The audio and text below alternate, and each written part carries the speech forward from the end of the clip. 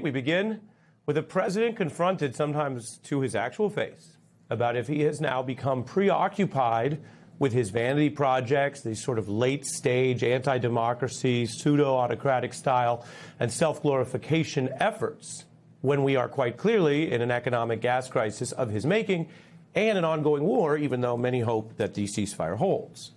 Donald Trump now demanding the Lincoln Memorial reflecting pool be painted a color of his choosing. Now, the point here is not which color it should be. He says blue is better than what it was. The point is whether this type of thing is anywhere near the literal top 20 or 30 things a president should be worried about, given the problems facing our country and real people. The ballroom cost is now $1 billion.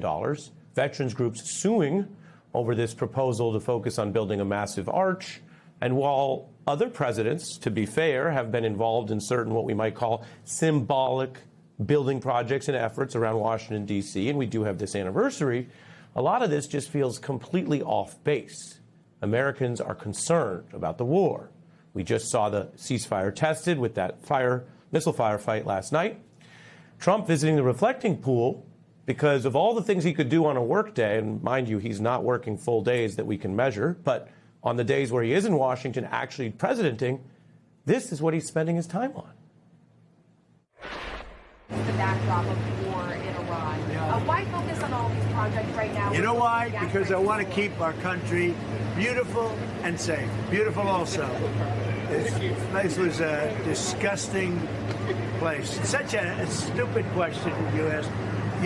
We're fixing up the reflecting pond to the Lincoln Memorial, the Washington Monument, and you say, why are you fixing it up? This is not the sound of a great communicator summoning public works projects or finding a way to argue for unity or, again, perhaps mentioning the anniversary. No, this is someone who seems to have lost the plot, according to many critics. It's what they call in our business a split-screen moment. You saw we split one way to look at it, but the public doesn't need a reminder of a headline about how expensive gas is. That's what most people are struggling with every day. We reported on people going into credit card debt to pay for what are the Trump tax gas prices. He also has this idea to take that building that you've seen if you ever watch inauguration and other events where you go on a wider shot, broader than the White House. Just sort of to the left of the main front of the White House is the building you see here. If you've ever held meetings or done stuff in D.C., it's a known building. It's called the Eisenhower Executive Building, and it's part of the White House complex in the sense that way more people end up holding meetings and working there than in the smaller White House. So the president, having thought about this now, I guess, over the course of 2 terms, wants to paint it white so that it visually matches the White House more. To be clear, it was deliberately painted this color because the White House is supposed to stand out and not dilute sort of that visual cue. But again, I don't want to be doing interior decorating and external aesthetics in the news. We have bigger fish to fry, but this is what the president is fixated on, leading to headlines that are just kind of straightforward. Trump bored with the war he started. That cites reporting from some in his inner circle. The war, though, boring or not to the president, grinds on. As mentioned, the U.S. had to fire on those Iranian-flagged oil tankers, raising questions about how durable this sort of stalemate ceasefire position is, because every day that things are going down is a risk to holding it. The Post reports confidential CIA analysis has found Iran can outlast Trump's blockade for 3 to 4 months before they face what, to them, would be severe economic hardship. And I don't minimize what Americans are facing on gas prices, but if you look at the history of the Middle East, we have faced down countries and their, of course, dictatorial leaders before who are willing to subject their people to a lot of hardship, which means the equities may not pay off for Trump's bad bet. The finding, the Post notes, raises questions about Trump's optimism on ending the war.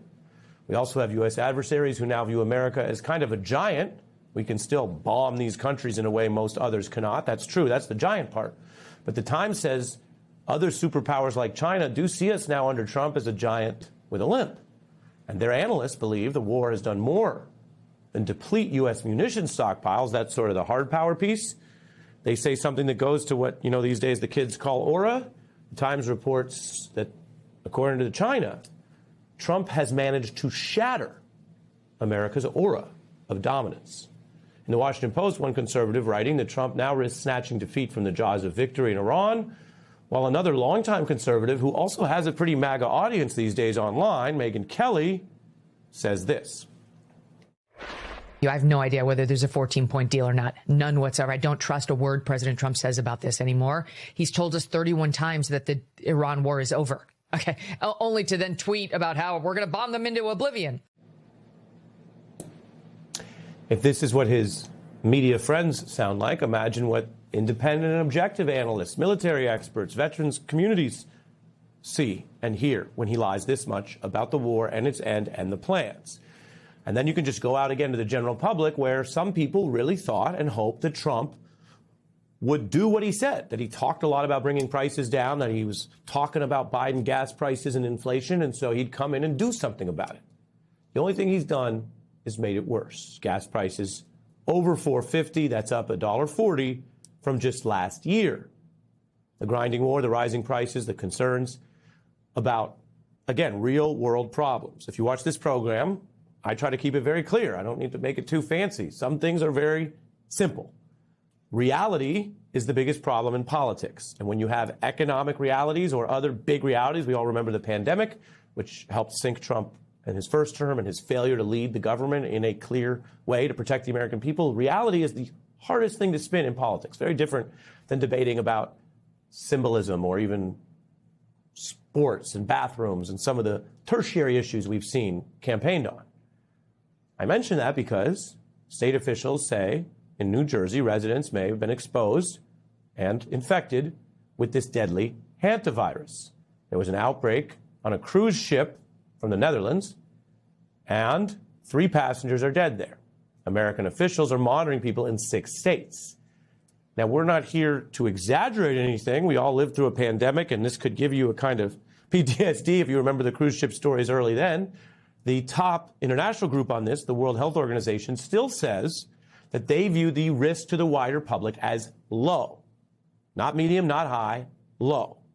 The Times, though, also reports that if you're looking to that group to help do international collaboration to avoid that risk getting any higher, remember, Trump was the rare president who withdrew the United States from that group, so we don't even now get updated, regularized information about these emerging health threats from them.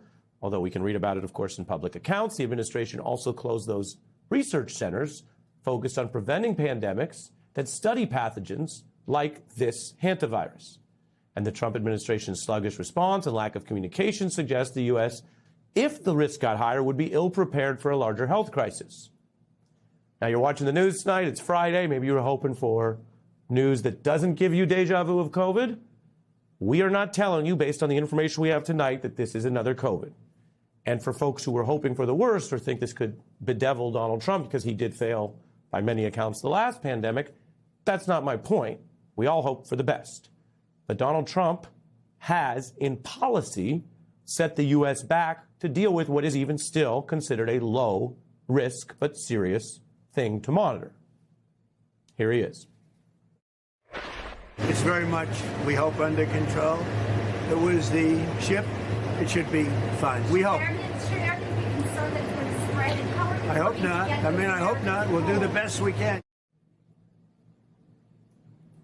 Hope is not enough when you're talking about a gas crunch and a war you started. Hope is not enough to fix a tenuous ceasefire or reopen a strait that has been open until Trump started a war. As for how the government runs, you could add a hantavirus briefing to one of the many things Donald Trump could have done late this week other than attend to his vanity construction projects.